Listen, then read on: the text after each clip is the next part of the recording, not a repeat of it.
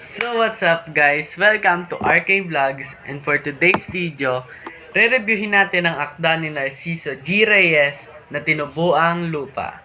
Kaya tara na!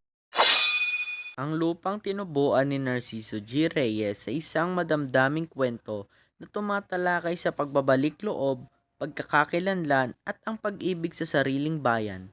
Sa pamamagitan ng mata ni Lito, isang Pilipinong nagbalik mula sa Amerika, nasaksihan natin ang kanyang pagtuklas muli sa kanyang pinanggalingan at ang mga pagbabagong naganap dito. Ngayong naintindihan na natin ang tema ng kwento, sino-sino naman ang mga tauhan dito? Ang pangunahing tauhan sa kwento ay si Danding.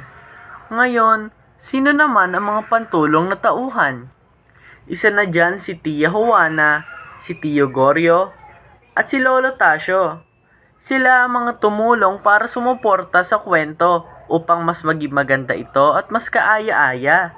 Ngayong nalaman na natin ang mga tauhan sa kwento, isa-isahin naman natin ang kanilang mga katangian.